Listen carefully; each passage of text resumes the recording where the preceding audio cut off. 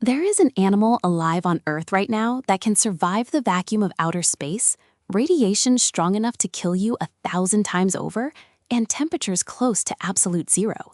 It is not a cockroach, it is not a bacterium.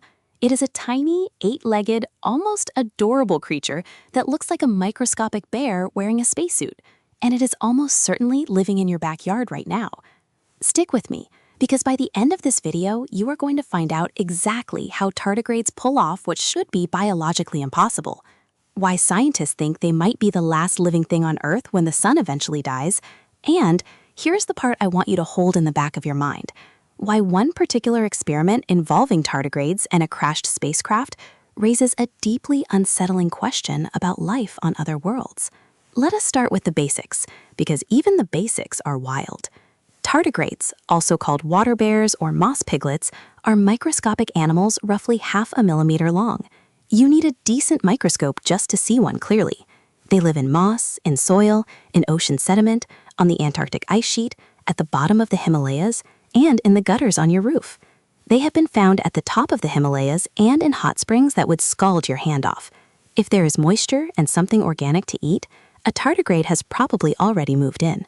But here's where things go from interesting to genuinely mind-bending. When conditions turn hostile, when the water dries up, when the temperature drops or spikes, when radiation floods in, a tardigrade does something no other complex animal on Earth can do.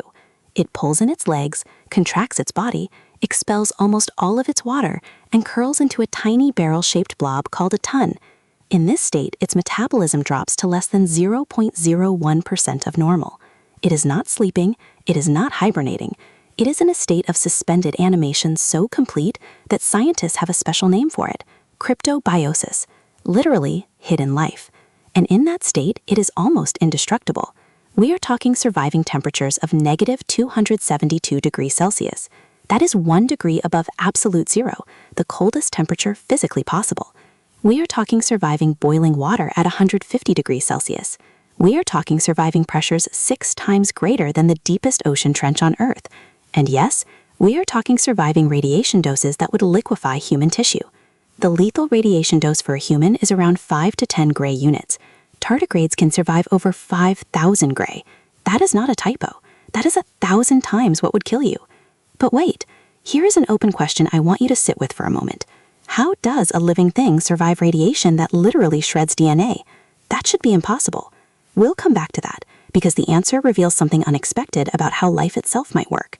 Now let us talk about space, because this is where the story escalates. In 2007, the European Space Agency strapped live tardigrades to the outside of a rocket and sent them into low Earth orbit. Not inside a protective capsule, on the outside, exposed directly to the vacuum of space, cosmic radiation, and ultraviolet rays from the sun that are roughly 1,000 times more intense than what reaches Earth's surface. They were up there for 10 days.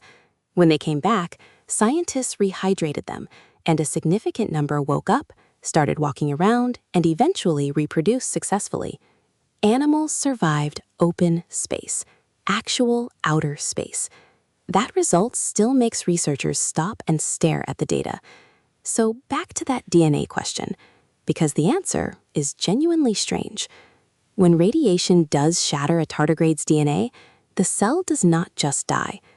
Tardigrades carry a unique protein that essentially acts as a molecular shield, wrapping around the DNA and physically protecting it from damage in the first place. Scientists have named this protein Dsup, short for damage suppressor. And here is where it gets interesting. When researchers inserted the Dsup gene into human cells in the lab, those human cells became significantly more radiation resistant too. The tardigrade's trick works in other animals.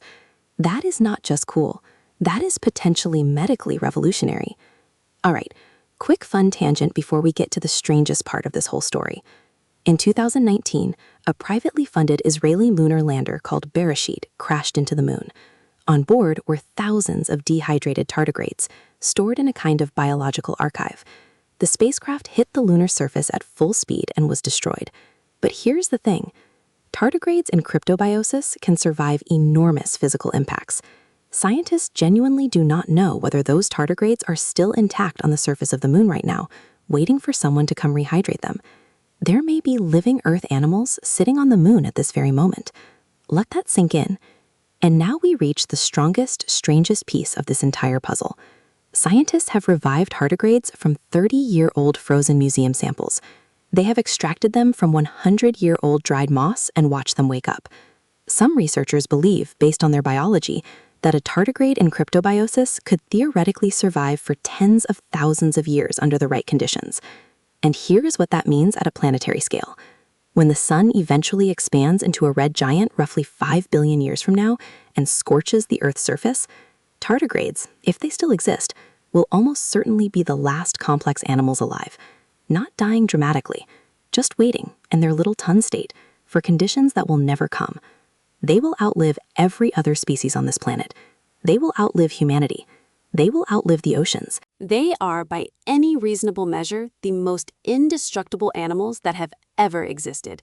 And here's the question I want to leave you with, one that actual astrobiologists take seriously. If tardigrades can survive open space, survive crash impacts, survive radiation, and survive for potentially tens of thousands of years in suspended animation, what is the probability that life could hitch a ride between planets? That a rock blasted off one world by an asteroid impact could carry dormant organisms across the void and seed life somewhere else? Tardigrades make that scenario not just theoretically possible, they make it almost hard to argue against. We discovered these creatures in 1773, and we are still learning things from them that could change medicine, astrobiology, and our understanding of what life is even capable of. 0.5 millimeter long, probably in your garden right now, quietly rewriting the rules of biology. What do you think? Does the tardigrade change how you think about the possibility of life on other planets? Drop your answer below. I read every single one. And if your brain is officially short-circuiting right now, smash that like button and subscribe, because we have got a whole universe of facts like this one, and you do not want to miss what is coming next.